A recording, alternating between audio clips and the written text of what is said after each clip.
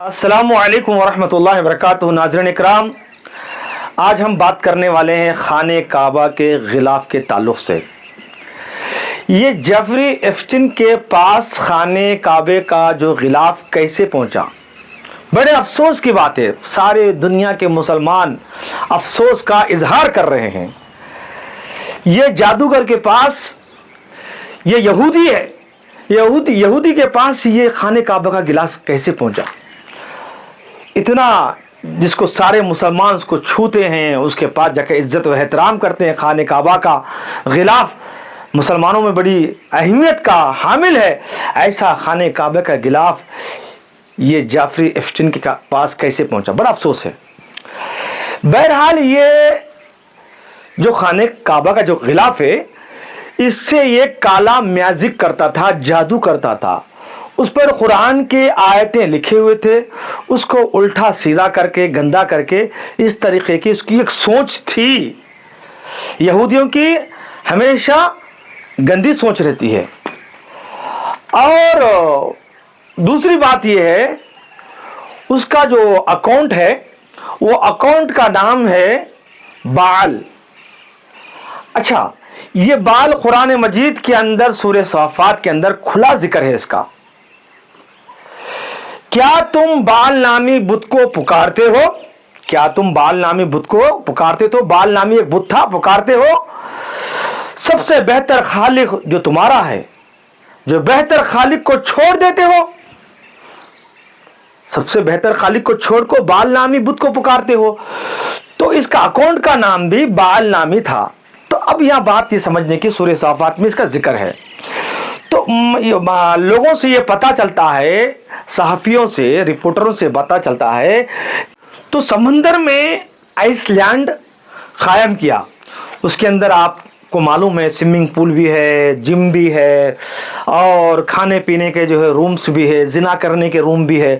اس کے ساتھ ساتھ میں بال نامی بت کا ایک گھر بھی تھا، یعنی اس کی ایک مندر بھی تھی، اس کی ایک عبادت گاہ تھی بال نامی بت کا۔ تو یہ بال نامی بت سے اس نے قرآن کو بھی پڑھا۔ قرآن میں بھی کیا ہے؟ بال نامی کی بت کی تم عبادت مت کرو، اور تم بہتر خالق کو چھوڑ کے۔ تو یہ مطلب قرآن کے خلاف میں جب جادو کب کام کرتی معلوم؟ قرآن اور حدیث کے خلاف میں جب بندہ اس کو چھوڑ کر، اس کی بے عزتی کر کے آگے بڑھتا ہے، تو اس کے کام میں، جادوگر کے کام میں آسانیاں پیدا ہوتے۔ اس لیے جادوگر کیا کرا؟ قرآن کو بھی پڑھا تھا جیفری ایپسٹین۔ اور پھر اسرائیلی روایتیں جو ہے، بہت سارے اسرائیلی روایتوں میں بال نامی کا ذکر ہے، کہتے ہیں، بہت ساری اسرائیلی روایتوں میں ہے۔ تو اس کو اور قرآن مجید کو، اسرائیلی چیزوں کو، اور قرآن مجید میں احسن البیان میں یہ تفسیر بھی ہے، حضرت ہارون علیہ السلام کی اولادوں میں سے ایک اسرائیلی نبی گزرے تھے۔ وہ اسرائیلی نبی یہ بولتے تھے کہ تم بال نامی بت کو عبادت مت کرو، بہتر خالق کو چھوڑ کر۔ یہ اسرائیلی نبی تھے۔ تو بہرحال یہ تمام چیزوں کو جب وہ اسرائیلی روایتیں، قرآن کی آیتیں یہ لے کر جو ہے بال نامی کی وہ عبادت کرنے لگا جیفری ایپسٹین۔